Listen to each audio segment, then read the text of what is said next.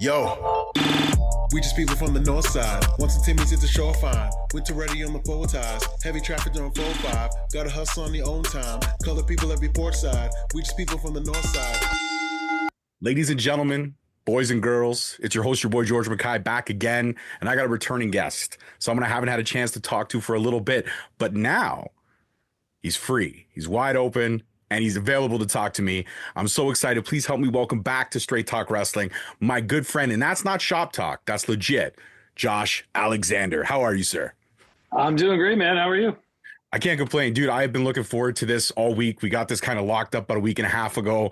I was counting down the minutes at work today. I'm like, oh, it's 3:54, man. I got to get home. I got to check my equipment. I got to make coffee. I got to make sure everything's on point. I'm glad you're well caffeinated for this one. I'll try to get ready for all the questions that are going to come my way. Absolutely. So, I mean, obviously, guys, you know, there's going to be some questions Josh just may not have answers to, or questions that Josh can't comment on, and that's okay. But I'm going to try to ask everything that I possibly can, and we're going to have a great conversation like we always do. First question, ding, ding, round one. We're almost coming up on the year mark of Scott D'Amore no longer being part of TNA. And I know last year that was difficult for a lot of the roster. It kind of took the whole wrestling world by surprise. I know you've been asked this 1,000 times, but some of my fans may have not watched the other interviews or stuff you've been in.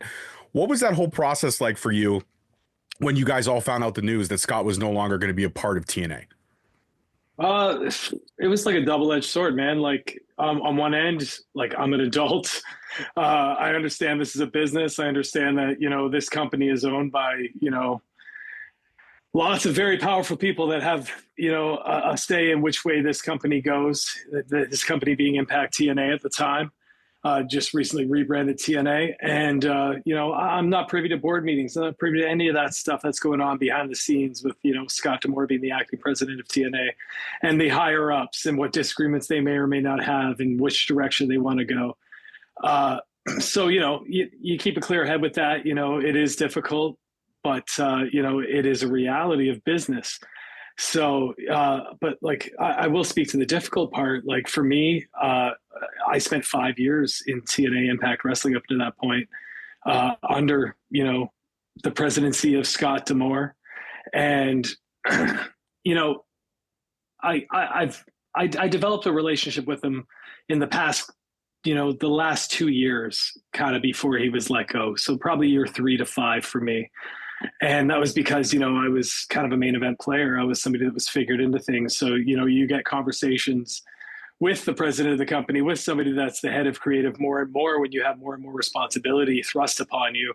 And we developed a relationship. The one thing I can say is we developed a trust. Like I trusted him in the process of everything that he was doing. And he showed me that tenfold with, you know, whatever plan he had from when I defeated Christian Cage at Bound for Glory and had no idea I was going to, you know, ever win back that Impact World Championship at the time.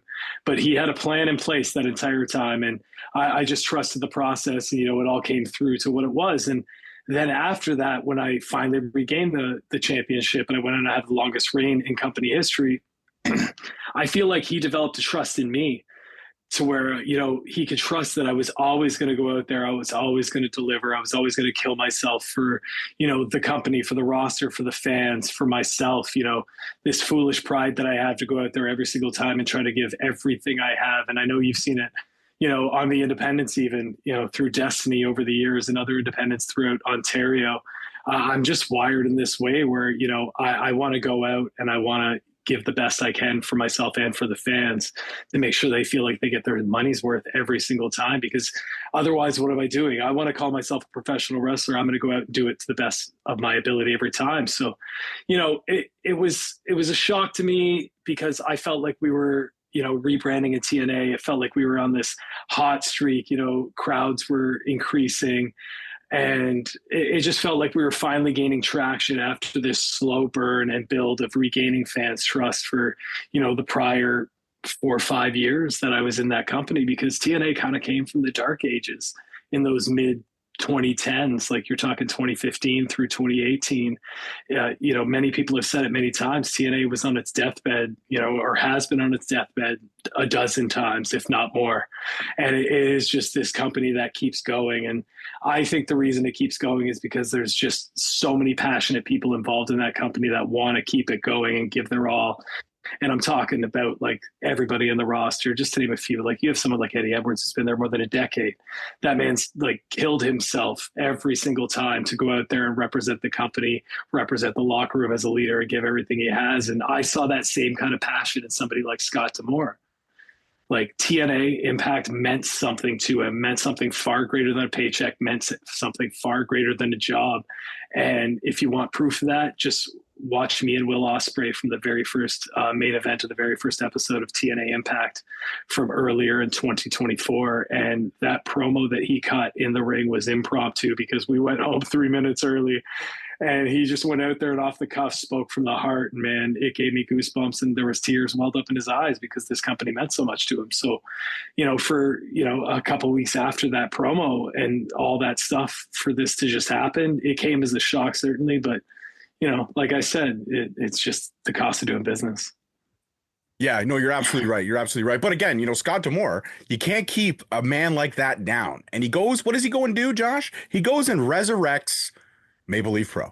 He brings it literally from obscurity, much like TNA on its deathbed. Maple Leaf Pro was literally 6 feet under. And he goes and says, you know what?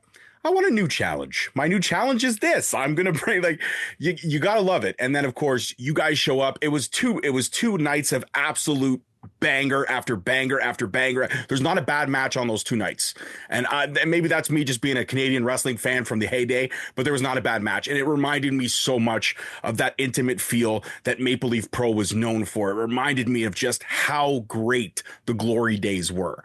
What was it like for you to be on the inaugural return of Maple Leaf Pro, and how special that was? I mean, being a Canadian wrestling fan like you, knowing your history like you do, you must have had some tears in your eyes. Well, I can't get this twisted off the bat. I did not grow up watching Maple Leaf Pro Wrestling. It was well after my time when I got into the business. I got into this business as like a real fan, a diehard fan. You're talking like 1997. So I was like the birth of the Attitude Era, Stone Cold Steve Austin, all these guys, ride or die, right? But as I got into the business in 2005 and I started, I would cross paths with people around the Ontario Independents that had come up in the territory system. They'd come up wrestling for Maple Leaf Pro. And, you go back in history through the internet and through tape trading at the time, and you'd watch this territorial phenom that was, other than maybe Stampede Wrestling, was the it spot for Canadian wrestling. And I remember, it was probably 2-3 years ago, Scott D'Amore just in passing had said he owned the Maple Leaf Wrestling library from back in the day. And I was like, oh, that's got to be worth something. Like, that's incredible. Through whichever way, like I'll let him say it in an interview one day. I don't know. I'll butcher it and get it wrong. But he acquired it somehow. And because it meant something to him. And, when, he got knocked out of TNA and, things happen as they do. I feel like, he had unfinished business. I feel like this wrestling bug, that passion that he had for TNA is just a passion for pro wrestling in general. Like he doesn't have to do pro wrestling. He does pro wrestling because he loves it. And I think Maple Leaf Wrestling is the perfect kind of platform to do that because, you can talk about how much you love pro wrestling and stuff like that. But as Canadian wrestlers, we take a certain amount of pride in, the wrestling that happens in this country, the wrestlers that come from this country, because we know how difficult it is to get noticed first and foremost. And I see Maple Leaf Wrestling as, a way for him to, scratch that wrestling itch and show what he can do, because there's so much, on his mind, and there's such a passion for it, like I've said many times. But it's also, for me, it's a platform for Canadian wrestlers to get noticed on a global stage, unlike anything I've seen in my entire 20 years in professional wrestling. Absolutely, absolutely. And you know what? You're right. Listen. I'm not saying I'm old. Okay, I grew up in I know a little bit about tape trading and stuff like that, but I learned about Maple Leaf Pro from my grandfather and my dad, who were absolutely addicted to professional wrestling.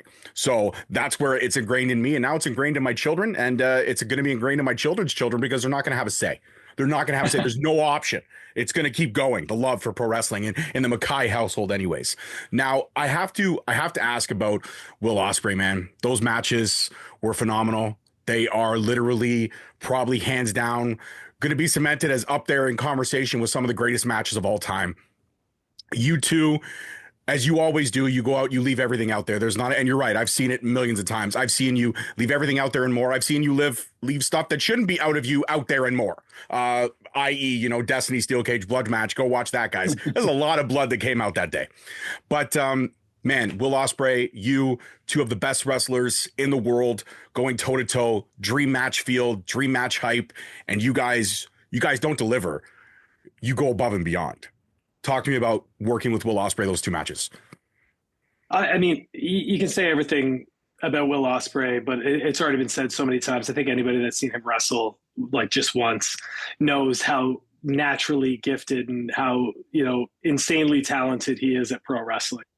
Not just from a physical standpoint, I'm talking from a mental capacity of being able to, put together a match that is going to entertain the fans. Like Will Ospreay has a formula down to give the fans what they want. And that's why they're coming out of their seats every single Wednesday night on Dynamite or every single main event in Japan. Like all around the world, this guy has shown he has what it takes to be a top professional wrestler against any opponent.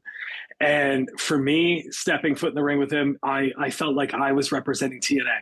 I felt like there was a load on my shoulders, a certain amount of pressure to go out there and deliver with somebody who has been regarded as the best for a very long time and show that, as me being the representative from the locker room, that, this locker room can hang with the very best. And I was honored and privileged to be, the one that represented our company in that, position. Speedball Mike Bailey also got to do it as well at Bound for Glory under the biggest stage.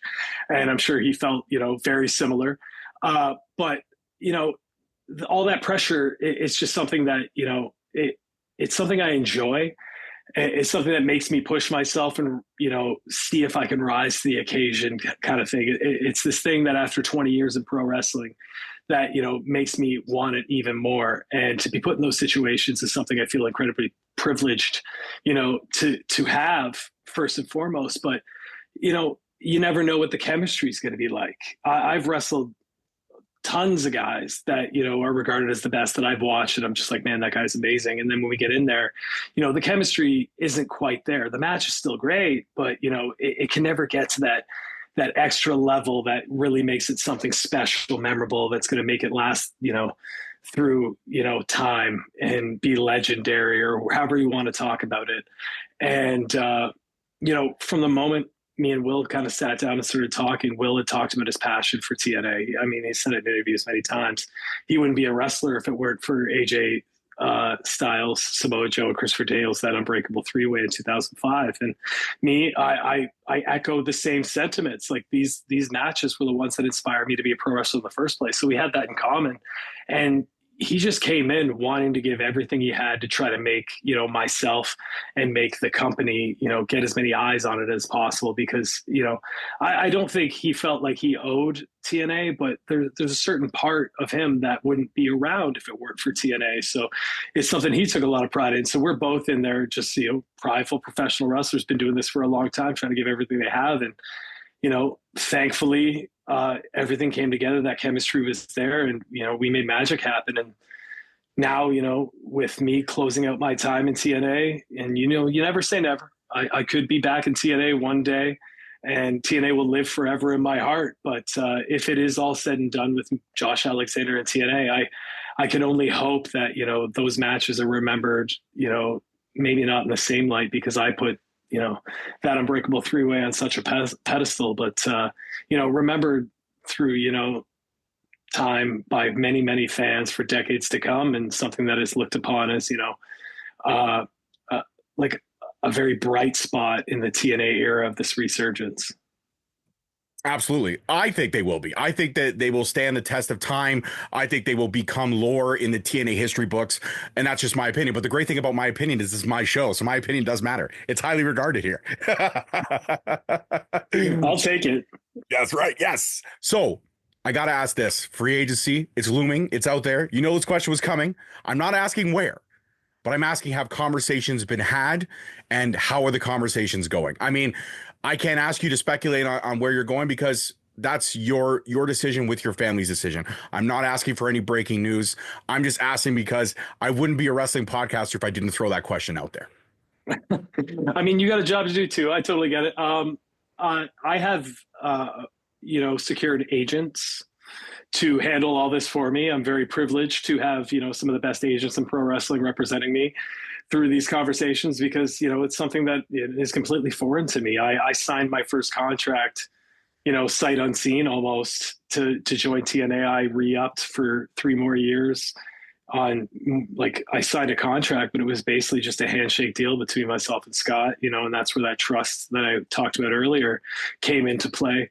But now, going into free agency, dealing with different companies, bigger companies, all these other things, I'm just lucky to have these people representing me, and they don't tell me much. They treat this very much like, professional sports. There's no tampering. There's none of this stuff going on. They don't want to tell me figures, numbers, all this other stuff. And it has been driving me crazy. And I've had, friends, family, people asking me all these questions.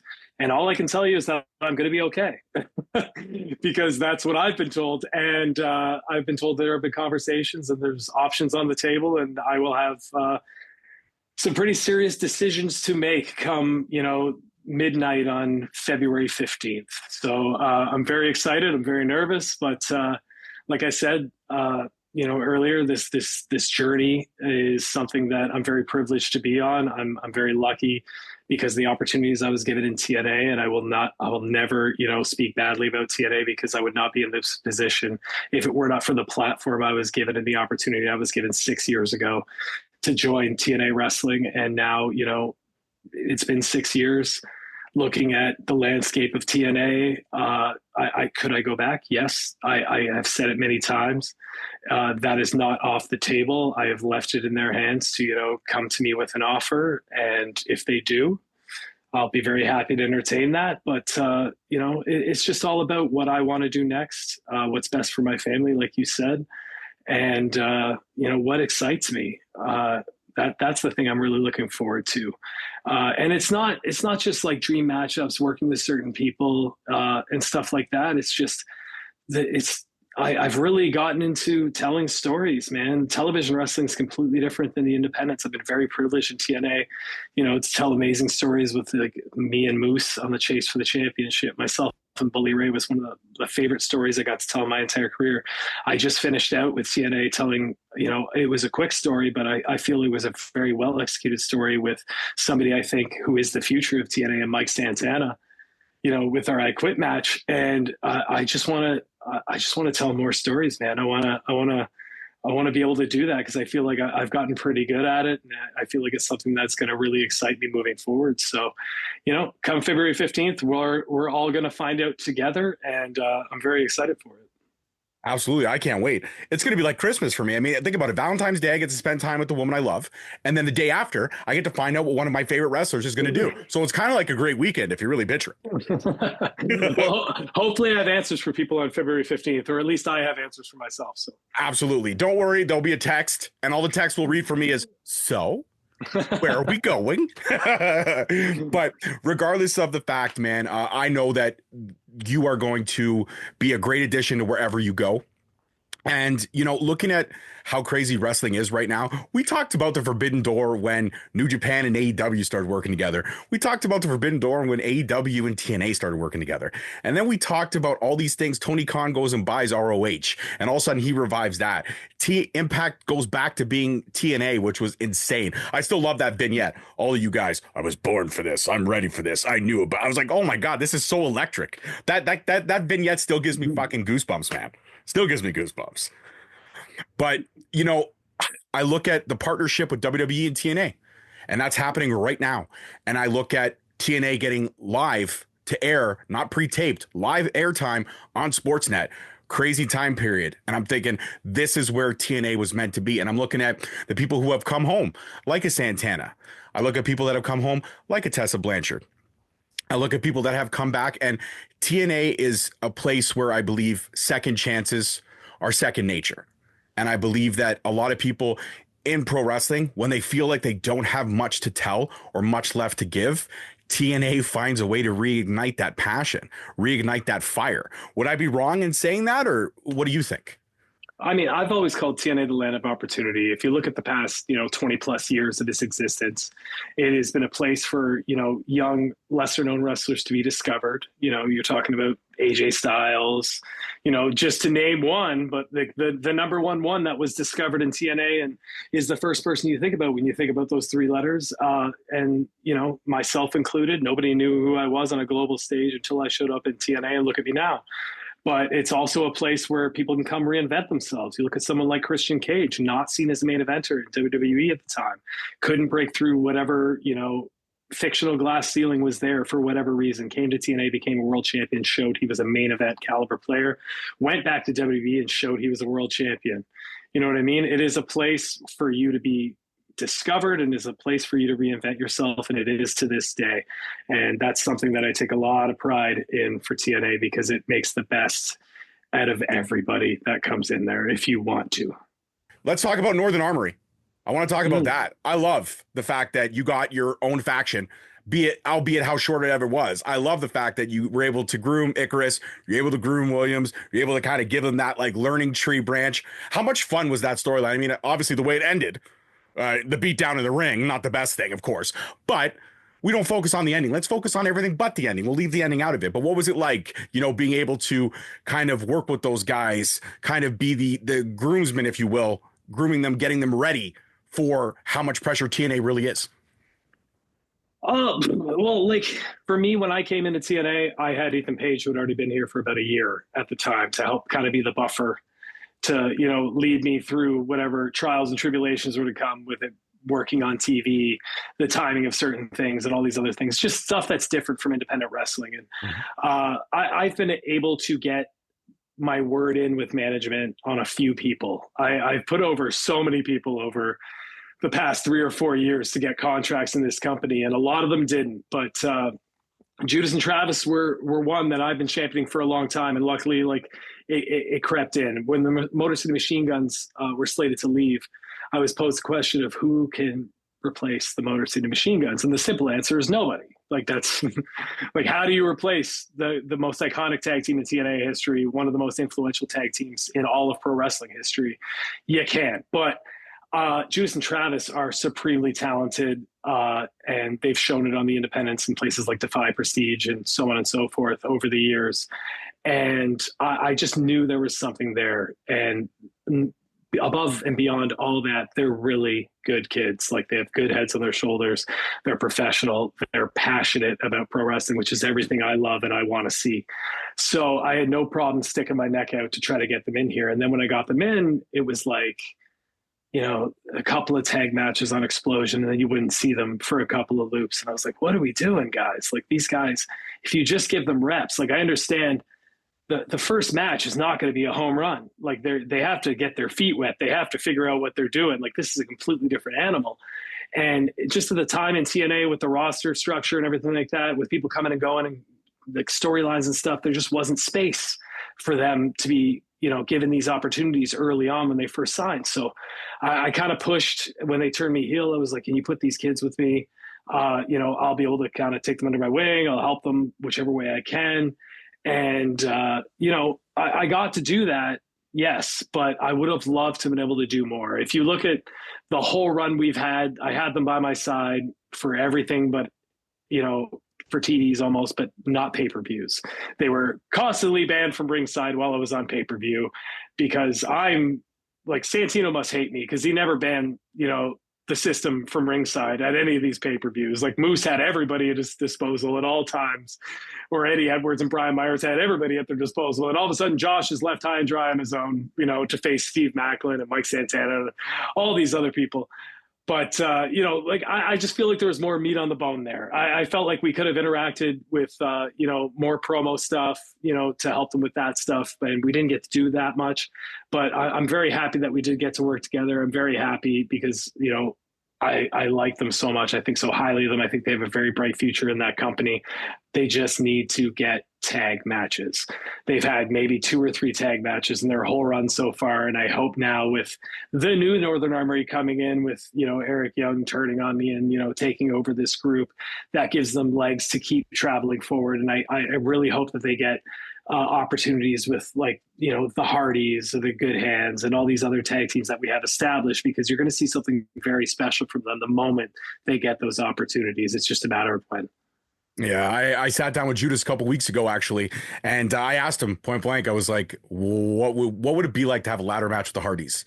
And he's like, bro, that's the dream. That's the dream. And you know what? It's a super obtainable dream if the opportunities and the stars align. But you're right. Those two are so gifted. And I told Judas, when you and I sat down at the CNE, I sat down with him a few weeks later. I was like, did you know Josh Alexander put you over last time him and I had a conversation? He's like, yeah, I'm humbled. I don't know why he keeps putting me over. I'm like, because you're good, man.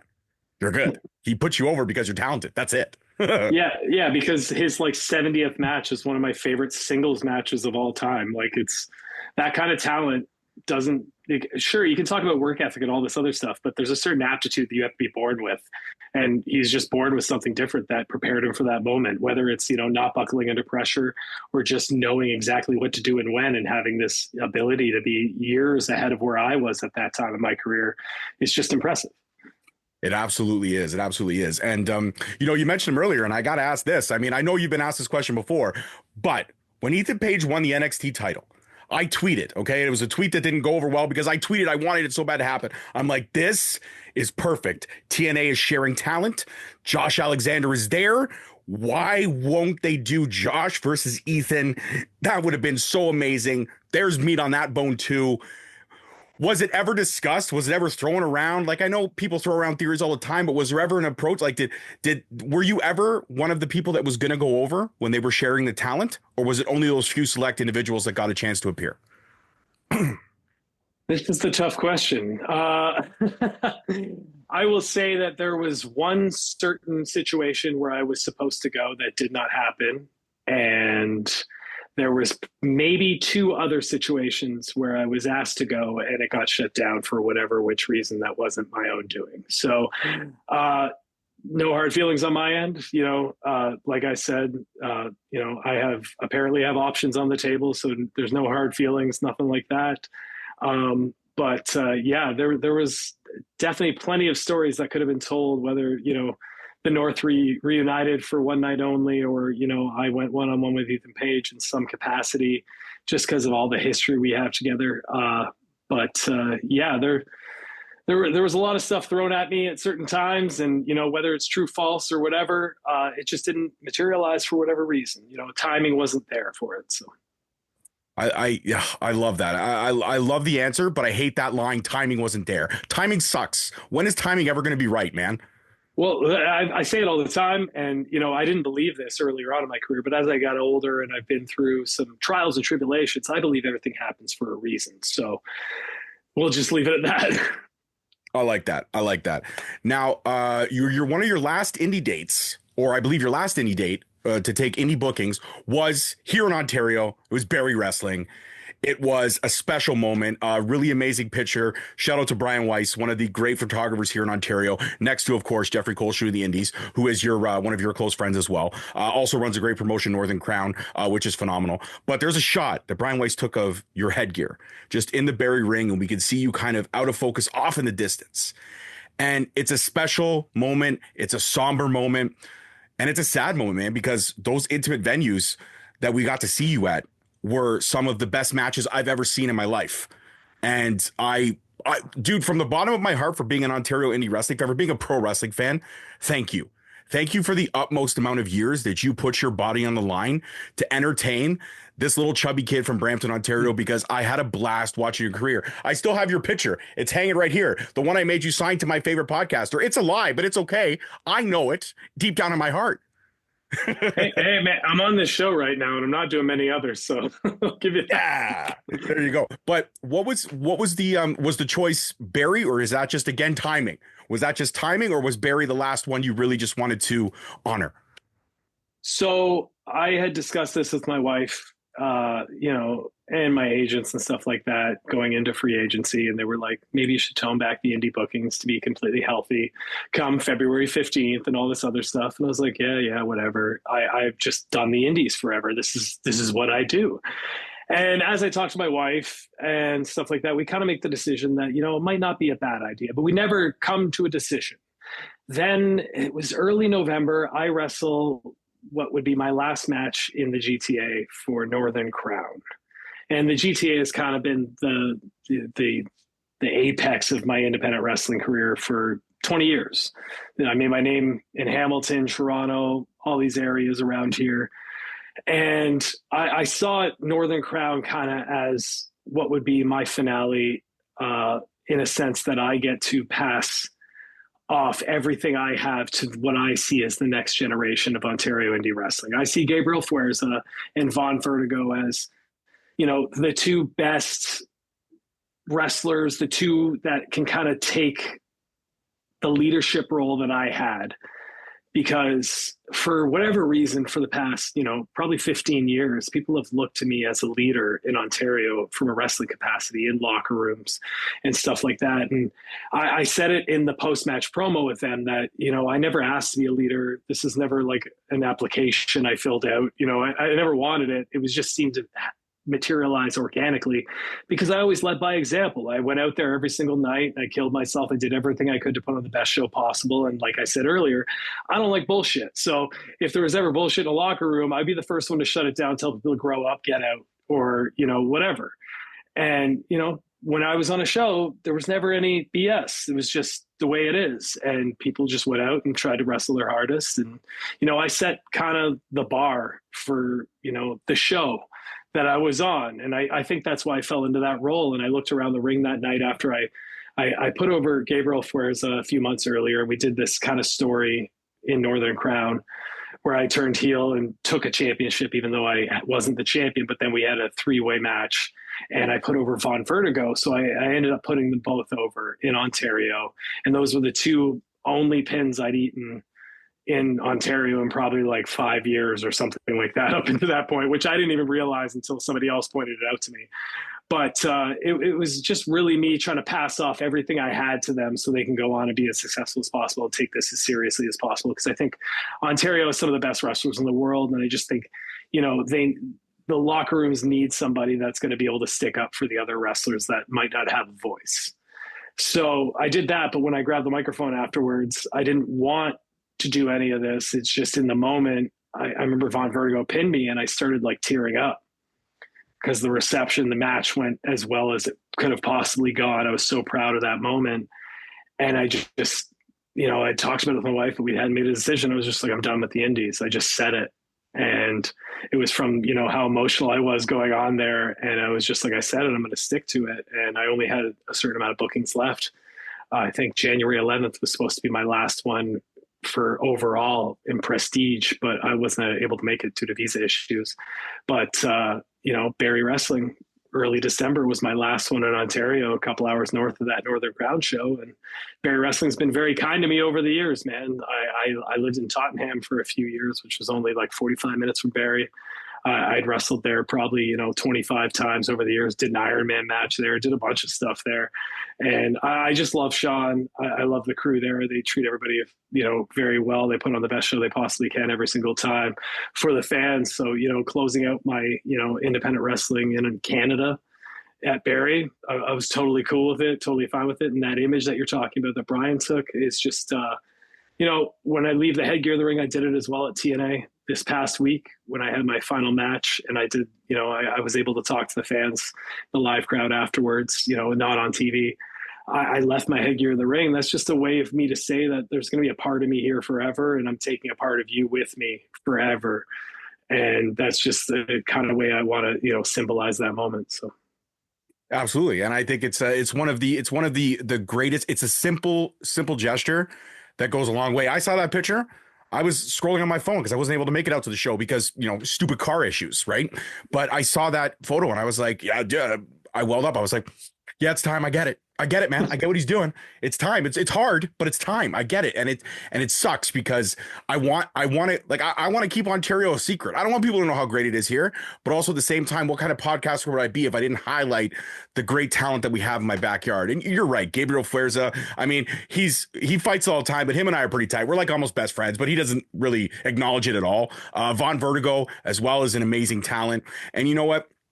The talent pool in Barrie is second to none. The talent pool in Ontario is second to none. And I even look at the crop that's coming up after Gabriel Fuerza and Von Vertigo, who are the vets now. I look at the talent that's coming up, and the future is very bright. Ontario's always had a long lineage, a long, great history of pro wrestlers, and it will continue for sure.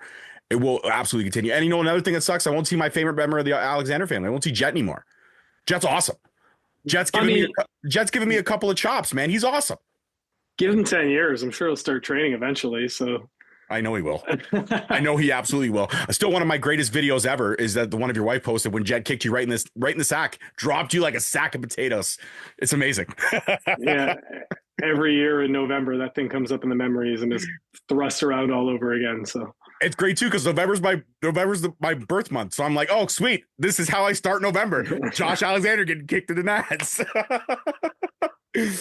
You talked about Ironman matches, and you are definitely no stranger to Ironman matches. And I actually had TJP on the show last week, and we talked about that COVID Ironman match between you and him. And I told him, I said, I don't know if you realize that match has a serious like cult following. That match is aged well, and it's one of those bangers, man, that a lot of people really touch on, and how special it was, the story that was told. And you mentioned it again about telling stories. That match was probably one of the best stories I'd seen in TNA at that time, was that Ironman match. And you know, he was humbled by my words, but it's the truth. That match is special. And did you know that it had as much of a following as it does? Like, it's one of those matches that a lot of people are like, if I'm having wrestling conversations, oh, it was one of your favorite matches of this decade. TJP, Josh Alexander, Ironman match. Let's go all day. I mean, I definitely don't know it has a cult following whatsoever. I feel like it kind of fell by the wayside because of the lack of crowd, you know, reception and everything else, because there was no live crowd. Like, we wrestled each other for 66 minutes or something in front of nobody, which, you know, to me as a wrestler, I think wrestlers understand this more so than, you know, broader wrestling fans, that it is so much more difficult to do it without fans. But, you know, I just... it's special to me. It will forever be special to me. Like, I will forever thank TJP for that match, for going in there. And, you know, after everything he's done in his career, he did not have to go out there and work as hard as he did. And, you know, I was just very lucky to work with TJP in any capacity in the several matches we had, but to do it in that Ironman match, you know, it's special to me. But I'm very happy to hear it as a cult following. We didn't kill, you know, each other for absolutely no reason. So It does. It's one of those matches that when I do talk to people about it, they're like, yeah, man, I got to go back and rewatch that match. If it doesn't have a cult following, I sell them on it. So I in some essence, I have created the cult following, Josh, of this match. I mean, somebody told me that it has like 750,000 views on YouTube, which I don't know how much of that match you have to watch to count as a view. I'd hope it'd be, you know, nearly half of it, but, you know, that's pretty insane to me. I'll own up to like a good 1,500 views. Dude, I've watched that match so often. It's one of those matches that I can go back. For me, it ranks up as honestly and truly just with some of my favorite matches. I'm an Owen Hart guy, as you know. We've talked about this. I love Owen Hart.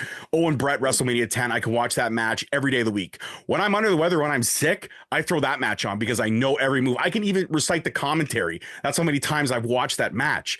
And then same thing. Like, I've watched you versus TJP so many times that it really is special. And the great thing about it is one of those matches that over time it will age with grace, because every time I watch it in those 66 minutes, I'm like, oh shit, I didn't even catch that the first 1,000 times I watched it. But that's something, you always find something new. And that's the great avenue that you two did with that story that you guys told. There's always something to watch. There's always something to catch. There's always something you can go back and be like, oh shit, I didn't see that the first time, or maybe I forgot about that. That's what's special. Well, all credit goes to TJB for that one, because he was definitely, you know, guiding me along for that one and really showing me the ropes at that time in my career. So Nice. Again, I love the humbleness, man. I love you're a class act all the way around. And I can't, a couple more questions. I'm going to let you go enjoy the rest of your evening. But I got to talk Mike Santana. I got to talk the I Quit match. I got to talk you literally passing the torch. You were the face of TNA for a very long time. You were the heart and soul of TNA for a very long time in certain capacities. There's been a lot of heart and souls, but you were definitely one of the arteries for sure. And then we pass it to Mike Santana. I Quit. You are now, you know, the face, the franchise of TNA. How special is that to be in a moment where you can carry over that evolution with another wrestler who has the same passion that you do for this business? Oh, super special. And it's even more special because that was not scripted whatsoever.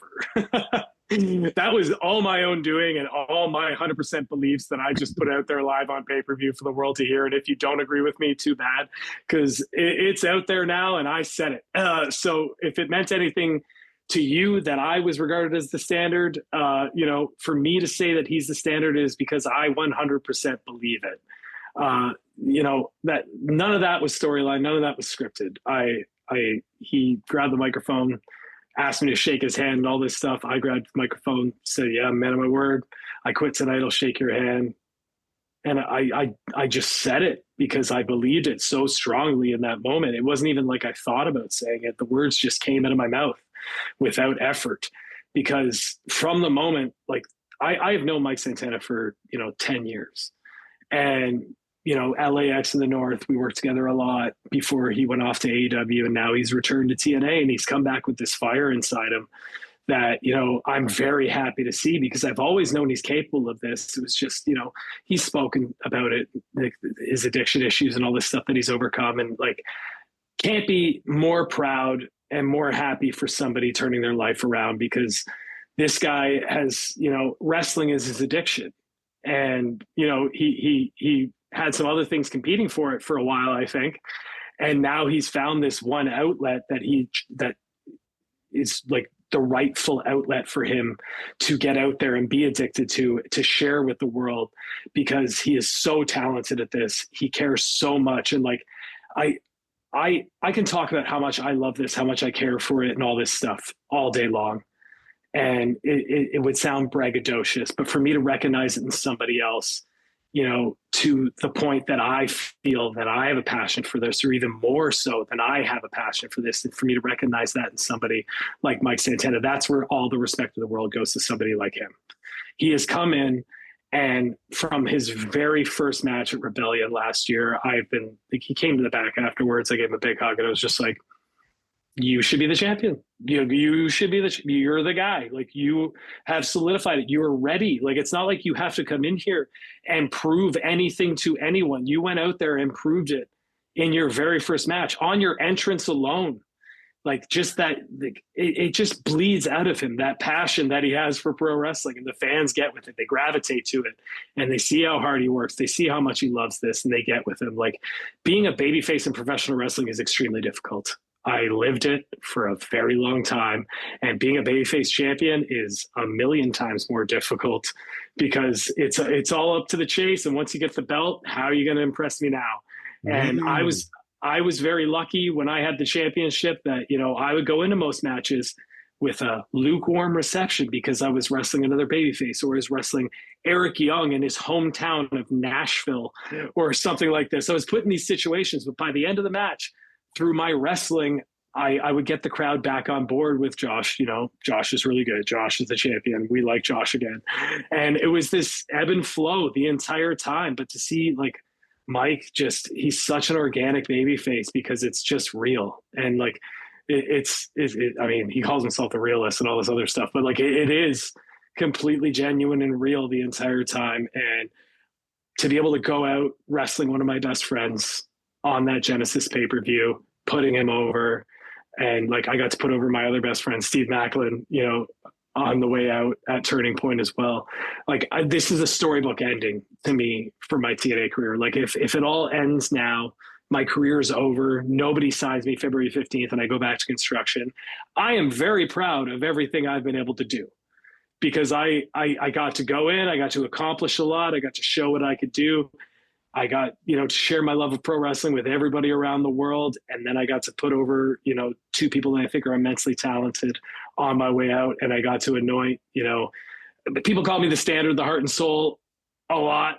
And I don't think I ever really, took to it in the sense that I ever wanted to believe anybody, because, it's just, it's maybe the humbleness or something like that. But like, I need Mike to know that he is the Standard. He's the guy setting the bar for the rest of the card from here on out. And I think he's going to take it seriously. And I think, that entire roster's in for something, because that guy's going to show up every single night, whether it's pay-per-view or TV, and he's going to show the world. Absolutely. And to hear that it wasn't scripted and that was from the heart, that makes that moment even more special, which is awesome. I'm sure Mike, you guys got backstage and Mike was like, damn, man, I'm in my feels right now. I can totally see him saying something like that. Me and Mike, we might be kind of emotional behind closed doors, but Fair enough. All right. My final question before I let you go enjoy the rest of your evening. You already said it, but I doubt it's going to happen. You're not going back to construction. You have options. Your agent has said to you, you have options. So February 15th, there will be options and you will excel. Now, this is obviously going to drop after Royal Rumble. So no spoilers. Josh Alexander will not be at Royal Rumble. That's fine. I'm okay with it. But Jordynne Grace will, most likely. Do you have an opinion of which number she might enter? There's 40 contestants now. So, if I were going to make somebody in one night, I would put them in number one, make them last till the final 2 or 3. That would be my hope for somebody, like Jordynne, who can go with the best in the world at any given time. She proved it last year already. If I was going to make her a superstar in one night, not that she already isn't one, but if you want to just make it, like, put her on the level of a Rhea Ripley or a Charlotte Flair or anybody else you want to put in that conversation, put her at one, have her run the whole gauntlet. She doesn't even have to win, but she'll come out of that looking like a star either way. That's exactly what they did with AJ, and it worked. AJ came in at number 3, and he had one of the best Royal Rumble debuts ever.